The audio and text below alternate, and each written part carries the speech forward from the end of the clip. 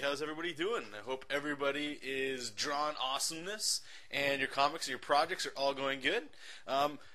So this video here is going to be about 10 minutes. This whole thing took about an hour and a half. And what it is some character designs for a project that you guys have been hearing me talk about that I'm working on in the background.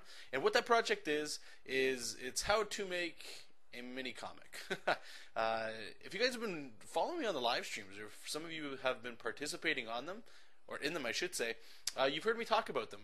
And for those of you that haven't, essentially what it is just that, how to make a mini comic. So it's going to cover a broad scope of topics, literally from how I write the script, to the thumbnails, to the character design, to the finished product. And that's what this is. This is a character design for one of the main villains of that mini comic, and this is the Butcher King. And please let me know which one you guys prefer in the comments. I'd love to know. We got the first one here, the second one, and the third one. They're going to be labeled A, B, C, and we'll talk a little bit more about that. But just so you guys have an idea of the process of what I'm doing here, as we go, you saw me. This is all in Photoshop, I should say as well. The first thing I did is I just made it's like a brush that's pretty simple. I'll have a slowed down version to show you guys that, and I just use that sort of like a marker, like a Copic or Copic or a Prismacolor, like a gray, like a 10-15% gray. And what it is it's sort of like when you guys have gone back, if you go back I should say, and look at some of the videos I've done where I'm doing character design, where I silhouette or I put in like shapes of black, and then you find a design within that. And the main reason you do that is it's a sort of like a concept art trick where you can show a lot of idea in a very quick time. Like these three initial designs didn't take very long, but what I want them to do is be different, So this guy is sort of a little bit more top heavy. The middle guy you can see on the right here, he's got this massive cleaver. And the third one is just a radically different character style, like he's a big beefy Hulk kind of character.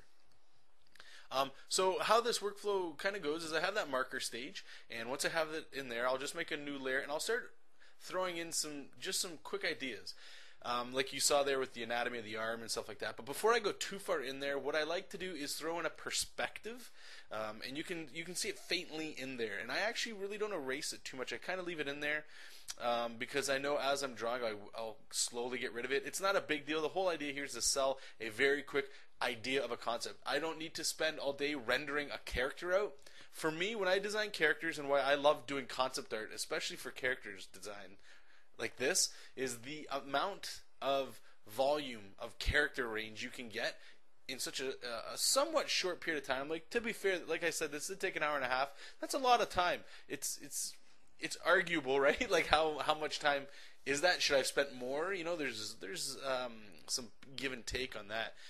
But for my purposes, for what I'm doing this is one of my favorite stages of making comic books. It's this and the thumbnail stage. Actually drawing and rendering out the characters and stuff, I don't get so much enjoyment from that as like the birth or the initial stages of creation, like this sort of stuff. For some reason that's what really tickles me. But with comic books and stuff, right, I get to show those characters alive, So we're going to quickly just start doing this sort of thing, and what I'm doing is I'm just using a default round brush in Photoshop. I have it squished a bit, just so it's a little bit more of like a calligraphy brush. You guys can actually check YouTube for Todd McFarlane, the guy who draws Spawn, or the creator of Spawn, I should say. He has some tutorials on how he inks in Photoshop. The only reason I'm bringing that up is his brush setting is sort of what I use in Photoshop when I ink. I do like the volume that it can kind of give. And what I'll do is I'll just start lightly gesturing in where the form's going to go, like you can see on this character here, this big guy. And I'm using the initial marker sketch as the layout and the foundation to get my brain going, okay, try to constrain yourself and design in this. And then after a while, it's a great starting point basically. And once I get in there, then I can start adding some design. And all I'm doing is just using the inking tool, like the default brush there, and I'll just press E for eraser, and that's it. E and B, that's it. I don't change the size of the brush, nothing. So I can erase something and B, draw over it. Erase something, draw over it. Erase, draw. And that's it, just slowly building and cleaning up. It's a really interesting way of drawing. I recommend, and this is where I got this from too, is Fang Zhu. I talk a lot about him. A lot of his concept art is, it's beautiful stuff. So yeah, I'll keep drawing like this, and eventually it gets to a point where it's like, okay, well, the character's clothed, you know, like there's nothing, you know, it's there, he's got a robe on, or the little like butcher's kind of outfit, got some stuff going on, he's got like an eye patch and a mustache and some stuff and some torn skin, but it's like that's fine, but it's not enough, you know. I want to push these designs. They need something else just to make it unique. And what I'm doing here is just putting a chain on this character, and he's going to have the cleavers in the background, or on his back, sort of like if a samurai would have his swords back there, but it'd be a giant cleaver. And this mashed up hand of metal chunks, that's kind of like, I wanted the idea of, I think it'd be kind of cool if this guy, you know, he's the Butcher King, and that's just like a, what is it, like a meat tenderizer sort of thing, and he just like pounds the heck out of his meat, whether that's his opponents or whatever. And I wanted these guys to look a little bit more tingly. And so the only thing I was trying to do is, like, what could I put in here to make them feel that way? So I figured like a skull is animal related, it's meat related, you know. I could probably play around with that a little bit to make it almost crown looking, just to hopefully make this character look a little bit more royal, I guess, or demands authority without just being a massive size.